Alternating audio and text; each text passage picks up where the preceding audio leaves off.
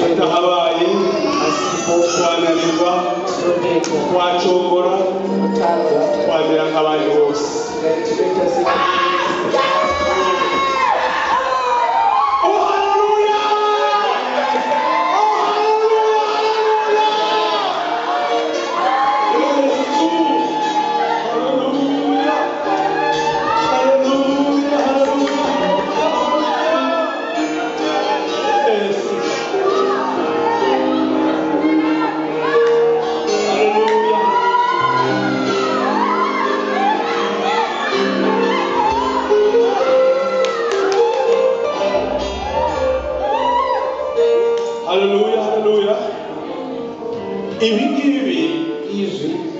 Ibi tuvuga by'umwuka wera